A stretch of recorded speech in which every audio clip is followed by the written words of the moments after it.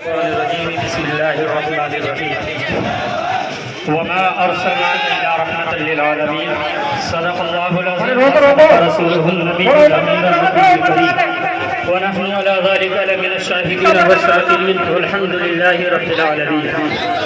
کروں تیرے نام پہ جا فدا نہ بس ایک جان دو جہاں فدا دو جہاں سے بھی نہیں جی بھرا کروں کیا کروڑوں جہاں نہیں. پیش حق مزدہ شفاعت کا سناتے جائیں گے آپ روتے جائیں گے ہم کو ہنساتے جائیں گے تو حشر تک ڈالیں گے پیدائش مولا کی دھوم مثل فارس نجد کے قلعے گراتے جائیں گے. خاک ہو جائیں عدو جل کر مگر ہم تو رضا خاک ہو جائیں عدو جل کر مگر ہم تو رضا دم میں جب تک دم ہے ذکر ان کا سناتے جائیں گے. حضرات محترم سب سے پہلے شیخ عبدالحق محدث دہلوی علیہ رحمت و رضوان کا ایک فرمان سن لیجئے. حضرت شیخ عبدالحق محدث دہلوی ارشاد فرماتے ہیں کہ جس بستی میں حضور سرکار دو عالم صلی اللہ علیہ وسلم کے میلاد کے تذکرے ہوا کرتے ہیں اللہ رب العزت ایک سال تک اس بستی پر اپنے رحم و کرم کی بارش عطا فرماتے ہیں. اور آگے فرماتے ہیں کہ ایک سال تک اللہ رب العزت اس بستی سے مصیبت اور بلاؤں کو دور فرما دیتا ہے. حضرات محترم آگے چلیے. اللہ کے رسول صلی اللہ علیہ وسلم ارشاد فرماتے ہیں کہ اللہ نے میرے نور کو پاک پشتوں سے پاک رحموں کی طرف منتقل کیا. اللہ کے رسول صلی اللہ علیہ وسلم فرماتے ہیں کہ جب میرا نور جن پشتوں میں منتقل ہوتا رہا وہ نور بھی عزت وہ لوگ بھی عزت والے بنتے رہے. وہ جو میرا نور جن شکموں میں منتقل ہوتا رہا وہ بھی عزت والیاں بنتے رہی. حضرات محترم اللہ کے رسول صلی اللہ علیہ وسلم کے والد محترم حضرت عبداللہ کا نکاح حضرت آمینہ سے ہوا. حضرت آمینہ سے حضرت عبداللہ کا نکاح ہوا. حضرت عبداللہ کا نکاح ہونے کے بعد چند مہینے گزرے کہ حضرت عبداللہ کا انتقال ہو گیا. حضرت عبداللہ کا انتقال ہوا. حضرت آمینہ فرماتی ہیں جیسے ہی میرے شوہر کا انتقال ہوا تو میرے محبوب میرے پیارے بیٹے کا نور میرے شکم میں منتقل ہوا. جیسے ہی منتقل ہوا تو ہر مہینے کوئی نہ کوئی نبی آ کر مجھے مبارکباد دیتا رہا. حضرات محترم یا کے بعد دیگرے ہر مہینے کوئی نہ کوئی نبی مجھے آ کر کے مبارکباد پیش کرتا رہا. سرکار کی امی فرماتی ہیں کہ میرے جسم میں نور اور خوشبوئیں نکلنے لگی. حضرات محترم جیسے ہی انتقال ہوا عرب کا دستور تھا کہ اگر کسی کا انتقال ہو جاتا کسی کے شوہر کا انتقال ہو جاتا تو اس کی بیوی 2 سال تک یا کم 1 سال تک خوشبو نہیں لگاتی سوگ مناتی ہے نئے کپڑے نہیں پہنتی ہے بن سور کر نہیں نکلتی ہے. حضرات محترم نہ سننا تھا. مکہ شریف کی گلیوں میں باتیں ہونے لگی کہ حضرت آمینہ نے حضرت عبداللہ کا سوگ منانا چھوڑ دیا ہے حضرت عبداللہ کا غم منانا چھوڑ دیا ہے. یہ باتیں پورے مکے میں پھیل گئی. حضرت عبدالمطلب ادھر خانے کعبہ کا طواف کر رہے ہیں. حضرات محترم کچھ لوگ اکٹھا ہو کر کے حضرت عبدالمطلب کے پاس آئے اور آ کر کے کہتے ہیں اے عبدالمطلب بڑے لوگ ہو بڑی شان والے ہو کعبے کے متولی ہو مکے کے سردار ہو لیکن ایک بات کہنا چاہتے ہیں. حضرت عبدالمطلب کہتے ہیں بتاؤ تو صحیح کیا کہنا چاہتے ہو. ان لوگوں نے کہا عبدالمطلب ہم کہنے یہ چاہتے ہیں کہ جب سے تمہارے بیٹے عبداللہ کا انتقال ہوا ہے اور ہمارے عرب کا دستور یہ ہے کہ جب کسی شوہر کا انتقال ہو جاتا ہے تو وہ 2 سال تک سوگ منایا کرتی ہے لیکن تمہاری بیوی تمہاری بہو نے عبداللہ کا سوگ منانا چھوڑ دیا ہے عبداللہ کا غم منانا چھوڑ دیا ہے. حضرات محترم حضرت عبدالمطلب نے اتنا سنا آپ کی آنکھیں سرخ ہو جاتی ہے چہرے پر رنگ بدل جاتا ہے. اس کے بعد کہتے ہیں کہ کیسی بات کر رہے ہو. حضرت عبداللہ نے حضرت عبدالمطلب نے جب اتنا کہا تو مکہ کے لوگوں نے کہا عبدالمطلب ہم یہ نہیں کر رہے بلکہ پورا مکہ یہ باتیں کر رہا ہے کہ حضرت آمینہ نے عبداللہ کا غم منانا چھوڑ دیا حضرت آمینہ نے عبداللہ کا سوگ منانا چھوڑ دیا. حضرات محترم اتنا سننا تھا. حضرات محترم وہ لوگ کہتے ہیں کہ مکے کی عورتیں باتیں کر رہی ہیں کہ آمینہ ایسی خوشبو لگا کے نکلتی ہے کہ جس سے پورا شہر مکہ جگمگ ہونے لگ جاتا ہے اور آمینہ ایسی خوشبو لگا کر کے نکلتی ہے کہ جس سے جو مکے کے اندر بڑے سے بڑے سردار کے اندر وہ خوشبو نہیں ملتی ہے. حضرات محترم اتنا سننا تھا. حضرت عبدالمطلب اپنے گھر آئے ہیں اور آنے کے بعد اپنی زوجہ حضرت فاطمہ سے کہتے ہیں میرے نبی کی دادی کا نام بھی فاطمہ ہے آپ اپنی بروزہ سے کہتے ہیں اے زوجہ ذرا سنو تو صحیح مکے کی عورتیں بیان کر رہی ہیں کہ ہماری بیٹی ہماری بہو نے حضرت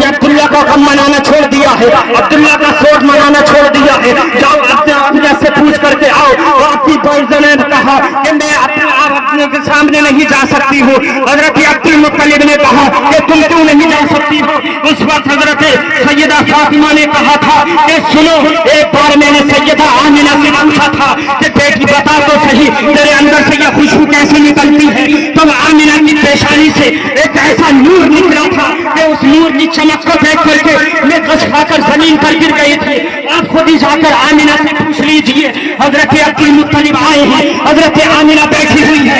حضرت آمنہ نے اپنے یعنی نبی کے دادا کو آتے ہوئے دیکھا تو اپنی جگہ سے اٹھ کر کے کھڑی ہو جاتی ہے اور کہتی ہے، آنکھوں کو جھکا لیا، آنکھوں میں شرم و حیا کا تقدس ہے، سر گردن جھکی ہوئی ہے. حضرت عبد المطلب آ کر کے کہتے ہیں، بیٹی ذرا ایک بات تو بچا، میں ایک سوال کرنا چاہتا ہوں، ایک بات پوچھنا چاہتا ہوں. حضرت آمنہ کہتی ہے، ابا جان ذرا پوچھیے تو صحیح، میں آپ کو بتاؤں گی. حضرت عبد المطلب کہتے ہیں، بیٹی بتا تو صحیح، کیا تجھے میرے عبداللہ سے پیار نہیں ہے؟ کیا تجھے میرے عبداللہ کی زندگی پیاری نہیں تھی جو تو نے سوگ منانا چھوڑ دیا ہے، جو تو نے عبداللہ کا غم منانا چھوڑ دیا ہے؟ اللہ اکبر اتنا سننا تھا کہ یہ نبی کی امی تھی اور اکبر کی بابا جان آپ سے کس نے کہہ دیا کہ میں نے عبداللہ کا غم منانا چھوڑ دیا ہے، عبداللہ کا سوگ منانا چھوڑ دیا ہے؟ اتنا سننا تھا. حضرت عبد المطلب کہتے ہیں، اے آمنہ، مکے کی عورتیں کہہ رہی ہے کہ تمہاری بہو نے عبداللہ کا غم منانا چھوڑ دیا ہے، عبداللہ کا غم منانا چھوڑ دیا ہے. اتنا سننا تھا. حضرت آمنہ کہتی ہے، بابا جان ایک راز تھا میرے سینے میں، ایک درد تھا میرے سینے میں، میں چاہتی تھی کہ کسی سے بیان نہ کروں، میں چاہتی تھی کسی سے بیان نہ کروں، لیکن آپ کی ناراضی کی وجہ سے آج بھی بتانا چاہتی ہوں. حضرت محترم سیدہ آمنہ کہتی ہے، ابا جان سن لیجیے، جب سے آپ کے بیٹے کی امانت میرے شکم میں آئی ہے، میں جس گلیوں سے گزر جاتی ہوں وہ گلیاں میرا گھر ہے.